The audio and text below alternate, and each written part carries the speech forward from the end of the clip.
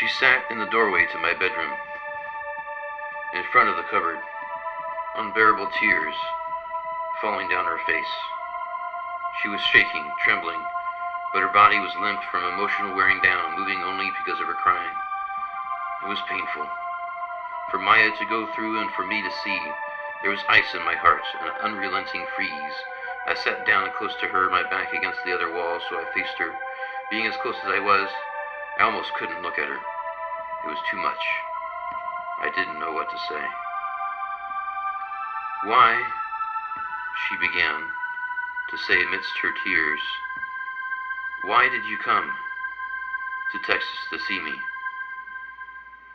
I fell in love with you, Maya, you know that. I responded as best I could.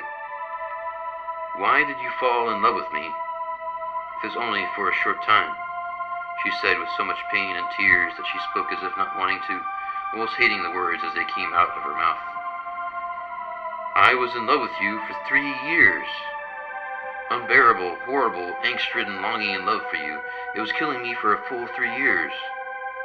It ripped me apart the whole time. If I kept going on like that, I would have died, burned myself up to the complete end.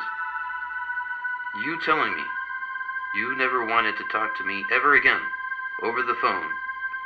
Then, not hearing from you in 6 months after trying to contact you.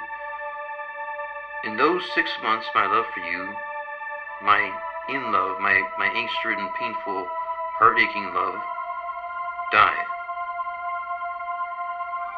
But it's not that. You don't even want to be with me anymore.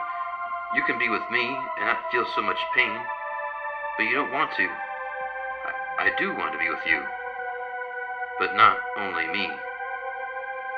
No, I guess not. Why?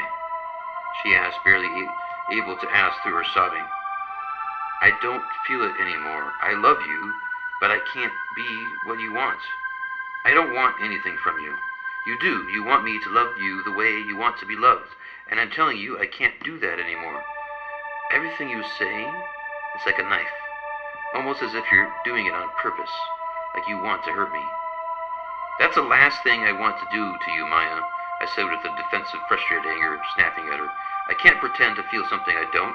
I don't want to... I do want to be honest with you as much as possible. I don't want to be like most men. Most guys would lie to you, tell you how much they're still in love with you, commit to you, tell you you're their one and only, there's no one else. They never ever have the slightest interest in other women, say they want to get married, have kids, and so on and so on. Meanwhile, they're always looking at other women when they can, and they end up having secret affairs with other women behind your back. And yet, they'll still tell you how much they love you, and how you're still their one and only, and always will be. I could never do that to you, Maya. That's what I mean by not wanting to hurt you. I want to do the exact opposite. I still love you, but not in the way you want. I told you I don't want anything from you, she said with sharp anger this time. Can't you see that what I mean to have you as my one and only is wanting something from me? You don't understand. When two people love each other, it's meant to be just them. That's how a lot of people see it. Not everyone. That's the way God meant it. We don't know what God means or meant. Besides, Maya, I could give you that love you need, but I know myself. I know how I look at other women. I know something would happen someday.